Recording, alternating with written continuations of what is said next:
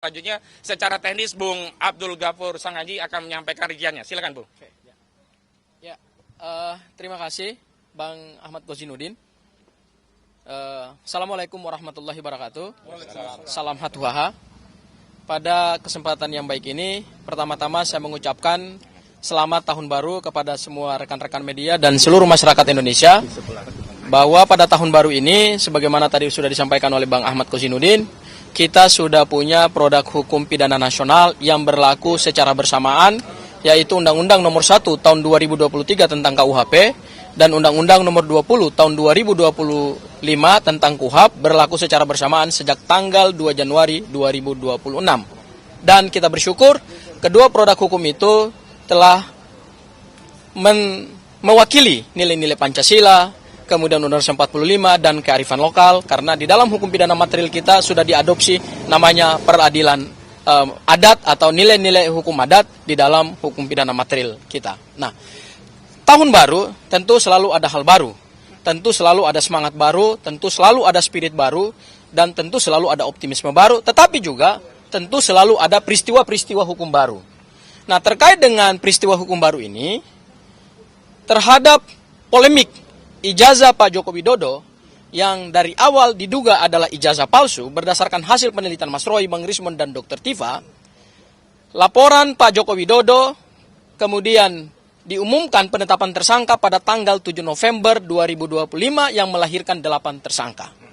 Hari ini, tanggal 8 Januari 2026, Mas Roy melaporkan 7 terlapor yang mereka tentu adalah pendukung Pak Joko Widodo. Angka 7 dan angka 8 telah menorehkan sejarah baru lagi, yaitu tanggal 7 November 2025 lahir 8 tersangka, pada 8 Januari hari ini lahir 7 terlapor. Ya, artinya angka 7 dan angka 8 ini melahirkan sejarah baru dalam konteks kekeseruan ijazah Pak Joko Widodo. Nah, perlu saya tegaskan bahwa apa yang dilaporkan oleh Mas Roy adalah dalam kapasitas sebagai seorang warga negara Indonesia, bukan dalam kapasitas sebagai tersangka.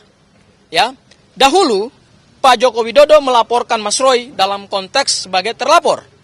Hari ini di tahun baru kita masuk babak baru, ya, yaitu Mas Roy menjadi pelapor terhadap 7 orang yang kami duga itu adalah pendukung Pak Joko Widodo. Ya.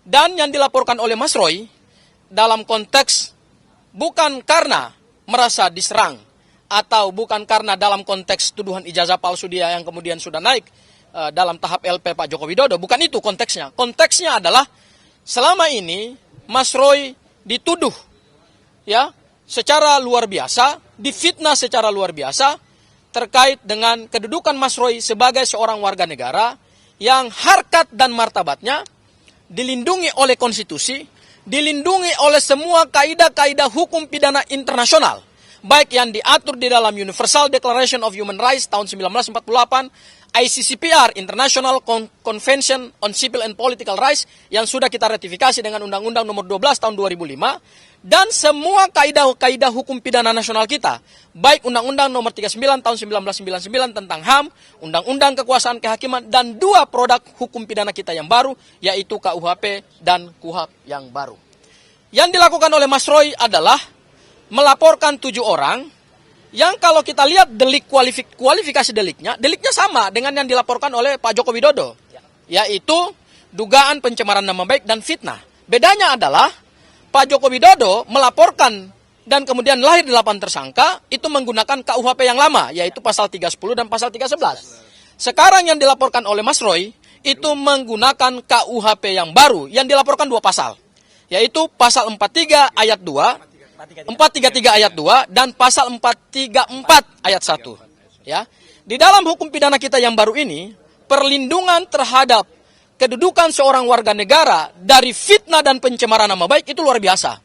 Ya, diatur di dalam bab 17 KUHP yang baru, dan luar biasanya di KUHP yang baru ini ada 5 pasal yang secara spesifik. Dari pasal 433 sampai pasal 437. Dahulu di KUHP yang lama hanya 2 pasal. Pasal 310 dan pasal 311. Jadi yang dilaporkan oleh Mas Roy, saya tegaskan kembali lagi, bukan karena kedudukannya sebagai seorang tersangka, tidak. Tetapi karena kedudukannya sebagai seorang warga negara yang punya hak dan dilindungi oleh konstitusi dan dilindungi oleh hukum, mempunyai hak untuk melaporkan siapa saja yang diduga telah melakukan pencemaran nama baik dan fitnah. Itu hal yang pertama. Ya. Hal yang kedua, yang dilaporkan Mas Roy ini ada 2 klaster. Klaster pertama adalah klaster di mana ada 5 terlapor yang diduga kuat telah melakukan pencemaran nama baik terkait dengan tuduhan dan fitnah bahwa ijazah Mas Roy adalah ijazah palsu. Ya. Dan kemudian ada penyerangan terhadap harkat dan martabatnya Mas Roy sebagai seorang pribadi kodrati yang dilindungi oleh konstitusi dan undang-undang. Itu klaster pertama.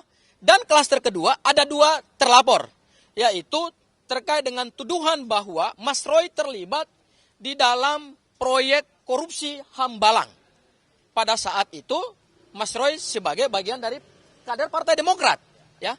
Tetapi perlu saya tegaskan, berdasarkan bukti-bukti yang sudah kami sampaikan kepada penyidik Polda Metro Jaya, setidak-tidaknya pada saat kami melaporkan ini dan di SPKT, Mas Roy saat itu bukan sebagai terlapor, bukan sebagai tersangka, dan bukan juga sebagai saksi.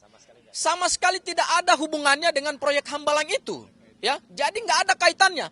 Tetapi narasi-narasi yang dibangun oleh para pemfitnah dan penuduh, seolah-olah Mas Roy, bahkan ada videonya, seolah-olah Mas Roy adalah bagian dari tindak pidana korupsi Hambalang.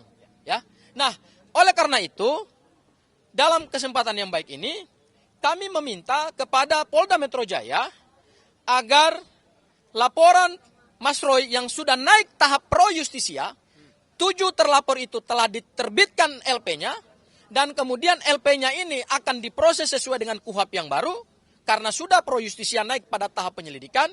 Kami minta ada beberapa hal. Yang pertama, penyidik Polda Metro Jaya harus betul-betul menegakkan asas-asas hukum pidana yang diatur dalam KUHP baru dan KUHP baru ada 4 atau ada 5. Pertama, harus menjunjung tinggi asas profesionalitas, harus menjunjung tinggi asas proporsionalitas, harus menjunjung tinggi asas imparsialitas, dan harus menjunjung tinggi asas subsidiaritas. Profesionalitas artinya penyidik harus menjalankan kewenangan berdasarkan KUHP dan Undang-Undang Kepolisian dengan baik. Tidak boleh ada orang yang punya akses ke kekuasaan dilindungi, sementara ada orang yang tidak punya akses ke kekuasaan, itu kemudian ditindak. Kami tidak mau dong. Dalam penegakan hukum, penyidik begitu menerima LP harus profesional. Yang kedua, penyidik juga harus proporsionalitas. Artinya, kami telah melakukan kajian yang mendalam terhadap materi laporan kami dan sudah diterima oleh penyidik Polda Metro Jaya antara perbuatan yang diduga perbuatan pidana, kemudian kami kaitkan dengan unsur-unsur delik yang ada dalam pasal-pasal, dan yang kemudian nanti bagaimana penerapan pasalnya, kami minta agar dilakukan secara proporsional antara perbuatan, antara delik atau unsur delik, dan antara penerapan pasal, ini betul-betul harus dilakukan sesuai dengan prinsip negara hukum, rule of law, ya, due process of law. Dan yang ketiga adalah prinsip imparsialitas. Penyidik tidak boleh, karena ini laporannya adalah dari Mas Roy, tidak boleh kemudian nanti ke depan itu memilih-milih. Ya, kami harapkan 7 yang dilaporkan oleh Mas Roy itu jika ada bukti yang cukup, naikkan ke tahap penyidikan, kemudian juga tetapkan mereka sebagai tersangka. Supaya ini menjadi pembelajaran hukum kepada seluruh masyarakat Indonesia di dalam semangat dan suasana KUHP yang baru. Dan yang terakhir adalah kami minta juga hukum ditegakkan, jangan tumpulnya ke atas, tajam ke bawah. Jangan terhadap pendukung-pendukung Pak Joko Widodo dilindungi. Kemudian terhadap Mas Roy dan kawan-kawan itu ditindak. Ini nggak fair. Ini nggak sesuai dengan prinsip negara hukum karena kita sudah punya KUHP dan KUHP baru. Misalnya, yang hari ini seorang terpidana yang masih berkeliaran kemana-mana. Yaitu Sylvester Matutina. Ini kan yang perlu ditindak nih. Kita sudah punya KUHP yang baru. Kewenangan kejaksaan sudah diberikan oleh KUHP. Kami minta supaya Sylvester Matutina segera dicari, ditetapkan DPO, kemudian dimanapun dia berada, ditangkap dan dipenjarakan. Sesuai dengan putusan pengadilan yang telah ingkrah.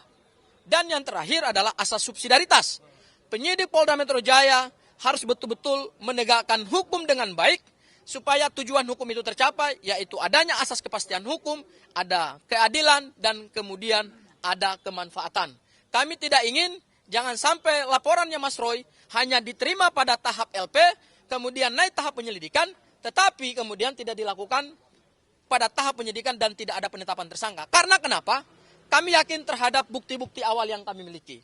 Dan berdasarkan ketentuan KUHP yang baru, alat bukti itu kan sudah diperluas menjadi 8. Ya, dahulu alat bukti hanya 5, sekarang menjadi 8. Salah satu 2 yaitu ada barang bukti dan kemudian bukti elektronik.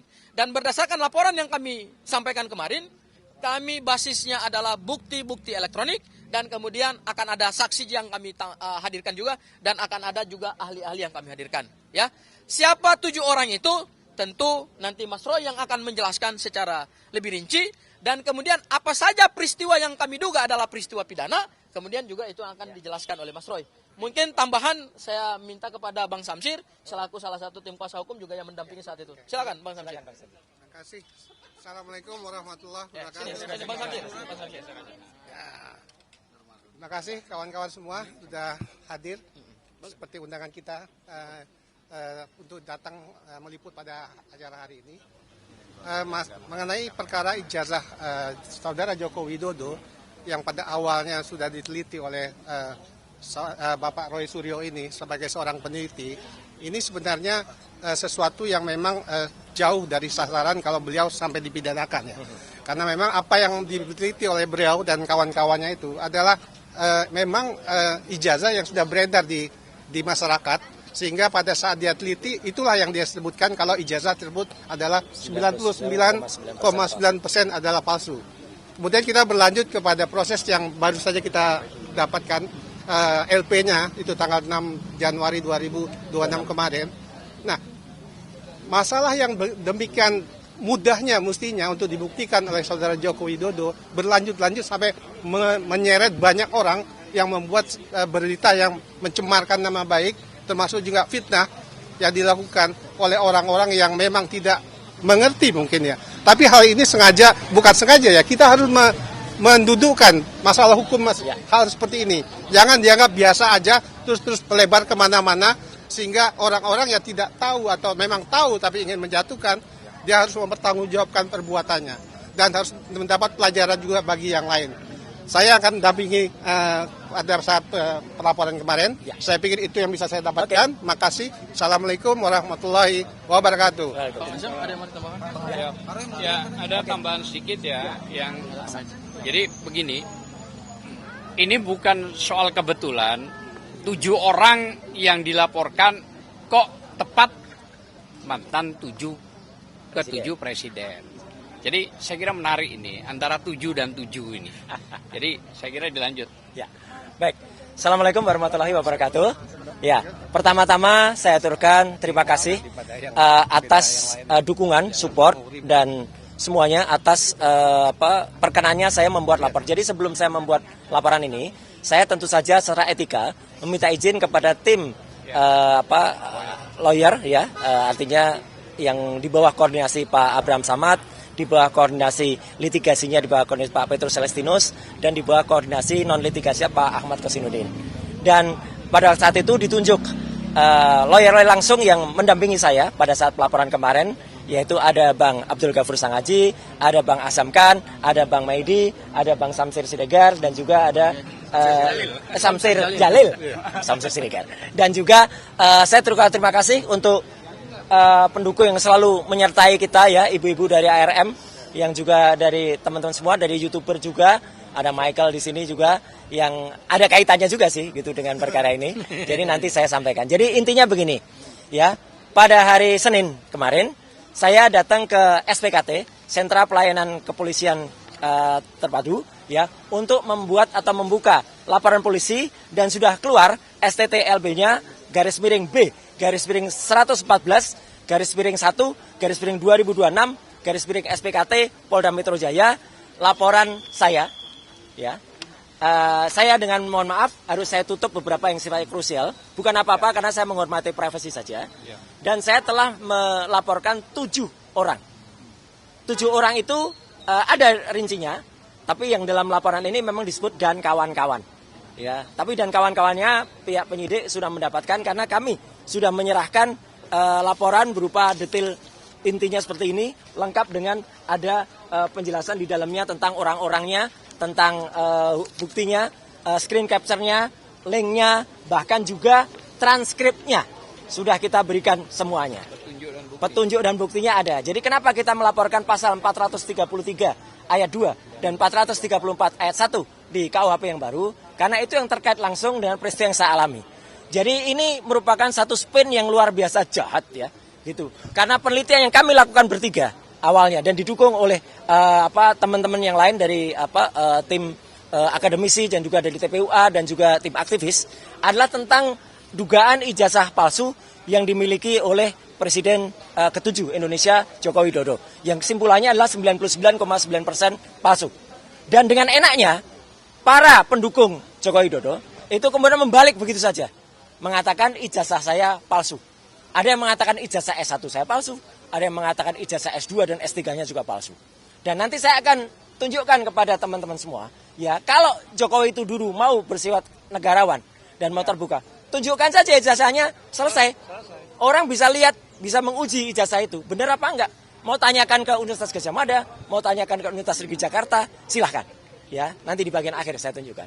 Tapi yang jelas, secara lucu, semalam, tepatnya dua malam sebelumnya, lawyer kami, ya Pak Gafur Sangaji, memang sudah menyampaikan ya acara hari ini. Dan pada saat itu juga sudah mulai ada yang kelihatan kayak cacing kepanasan, ya gitu, bingung dia, gelisah apa. Dan semalam ada yang lebih gelisah lagi. Semalam di salah satu TV ada yang sudah pakai baju tahanan, ada yang buka kaos dan kaosnya kaos tahanan, calon kali ya, gitu. Dan maka pada hari ini mohon didengarkan baik-baik, ya gitu, tanpa kemudian bersifat mendahului pihak kepolisian. Nama-nama terlapor, inisialnya akan saya sebut. Ya. Inisial yang pertama adalah A. Inisial yang kedua adalah B. Inisial yang ketiga adalah D. Inisial yang keempat adalah F. Inisial yang kelima adalah L. Inisial yang kelima adalah U. Dan inisial yang keenam adalah U. Dan inisial yang ketujuh adalah V. Jadi A, B, D, F, L, U, V. Itu adalah orang-orang yang kami laporkan. Dan ada di dalam detail penjelasan yang sudah ada di dalam laporan kepolisian nomor STTLB garis miring B garis miring 114 garis miring 2026 SPKT Polda Metro Jaya. Saya jelaskan lagi. Jadi memang ada dua klaster. Klaster yang pertama saya dituduh berijazah palsu. Ya. Jadi ijazah saya dari S1 dari UGM ini dituduh palsu. Clear ya, jelas betul. Ini ada legalisasinya. Silakan difoto, silakan dianalisis. Ya, kalau ada orang ya, silakan diuji ELA, silakan diuji luminance gradient. Silakan diuji apapun kalau ini apa ijazahnya. Kemudian artinya bentuk kejujuran. Kemudian ijazah S2 saya dari UGM juga ini. Silakan diuji juga. Ini saya magister kesehatan, makanya di belakang saya ada MKes-nya. Kalau tadi gelarnya di depan ada dokter andesnya. Dan saya S3. Kenapa saya perlu tulis S3? S3 inilah saya memutuskan untuk mengundurkan diri dari partai karena saya sekolah menempuh S3 ini. Dan alhamdulillah 4 tahun kemudian saya lulus dari Universitas Negeri Jakarta. Bisa diuji. Ya. Clear ya? Ya. Ya, jadi artinya 1, 2, 3, S1, S2, S3 ada semua ya. Ada semua dan silakan kalau ada ya, silakan. Dan kalau ada yang kemudian melakukan itu, mari kita buktikan dia berarti apa? Karena dia sudah menuduh ijazahnya palsu. Gitu ya. Kemudian bla bla bla. Yang kedua yang tadi sudah disebut, saya dituduh melakukan korupsi di proyek Hambalang. Ya. Saya justru mengundurkan diri dari partai itu karena mau sekolah tadi. Dan salah sedikit dari orang di partai itu yang telah memperoleh 5% sebagai kader terbaik partai. Saya kader terbaik dari partai itu tahun 2016. Dan setelah itu saya justru 4 tahun berikutnya saya izin kepada ketua umum waktu itu untuk mengundurkan diri karena saya mau sekolah. Jadi saya memang hubungannya tidak buruk. Saya hubungannya tetap baik. Dan justru karena hubungan baik itu, maka ketika saya dituduh kemudian melakukan korupsi di Hambalang, alhamdulillah justru nanti akan ada saksi yang sangat prinsipal yang mengetahui persis ketika kasus Hambalang itu beliau berada di KPK. Ya, dan itu akan sangat membantu kita, akan menjelaskan Roy Suryo tidak termasuk dalam lidik dan tidak ada. Clear banget. Ya, kenapa saya dibikin videonya? Jadi sebenarnya pasal 32 dan 35 Undang-Undang ITE pun masuk dan nanti akan didalami. Karena saya digambarkan ada di Hambalang, saya digambarkan ada di rombongan yang meneliti itu, dan saya digambarkan terlibat dalam urusan itu. Jadi sekali lagi, tuduhan-tuduhan mereka, kabar bohong dan fitnah adalah telak. Ya. Dan itu masuk semua. Jadi makanya Polda Metro Jaya dengan cepat bisa menerbitkan LP. Karena mereka melihat tuduhan ijazah palsu adalah telak, tuduhan saya terlibat korupsi Hambalang adalah telak, semuanya adalah fitnah dan kabar bohong. Jadi sekali lagi kepada 7 pelaku, ya, A, B, D, F, L, U, V, siap-siap saja untuk menerima panggilan dari Polda Metro Jaya. Tidak perlu seperti cacing kepanasan, sudah pakai kaos tahanan, ya, gitu. Dan kemudian sudah, dan bawa borgol lagi, ya, gitu. Itu kan apa? Dan sekali lagi terima kasih untuk TAKA, ya, di bawah koordinasi Pak Abraham Samad, Pak Petrus Celestinus dan Pak Ahmad Kosinudin yang sudah mendampingi, dan ibu-ibu semua juga ada lawyer-lawyer ibu-ibu di sini yang memberikan kami saran. Jadi sekali lagi saya tetap dengan etika, sebelum saya lapor saya minta izin dulu untuk menerbitkan ini. Sekali lagi terima kasih. Wassalamualaikum warahmatullahi wabarakatuh. Ya, ada pertanyaan? Enggak ya, cukup ya? Oke, clear. Terima kasih. Jadi ini bukan peristiwa yang dilaporkan semuanya. Semuanya udah jelas ya? Yang bohong peristiwa, ternyata laporannya bukan peristiwa. Ya, clear ya, udah semuanya. Ya, nanti saya sampaikan. Jelas ya semuanya? Nggak perlu saya tunjukkan ya, ini detailnya ada semua nih. Gambar-gambarnya, videonya ada semua nih. Gambarnya, videonya ada semua nih laporannya. Rahasia. Rahasia ya. Gitu, nanti. Biar mereka cari sendiri. Iyalah, silahkan cari sendiri dan bingung. Sorry. Dan bingung. Ya, oke. Siapa aja? Banyak banget. Bang, sorry. F-nya kita tunggu dulu. Nanti siapa? Ya. Dipilih, pasar. Dipilih.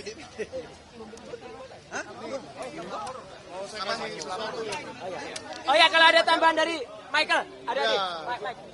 Nah ini, ya saya sebenarnya sangat mengapresiasi ya langkah yang dilakukan Pak Roy Suryo hari ini, karena ini sebetulnya sejalan dengan laporan yang telah saya sampaikan, ya kawan-kawan, tentang ya kalau mau saya bocorkan salah satu sosoknya, saya juga melaporkan si L tadi itu. Jadi L yang disebut Pak Roy Suryo itu adalah sama dengan yang saya laporkan. Yang dilaporkan tentang ini. Ya. Beberapa waktu lalu ada seseorang bernama L. Namanya ada di sini, namanya ada di LP. Oh, namanya ada di LP ini juga. Jadi sama orangnya.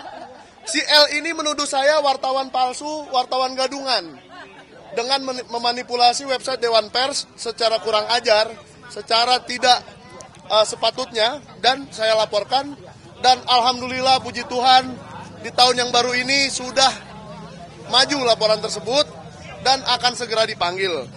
Kita juga mengapresiasi Polda Metro Jaya. Saya memberikan 3 laporan, 1 tentang L, 1 tentang Andi Aswan, dan yang 1 lagi tentang kebohongan di iNews TV yang dilakukan oleh Andi Aswan dan Joshua Sinambela. Oke, jadi saya rasa laporan Pak Roy ini juga akan diproses dengan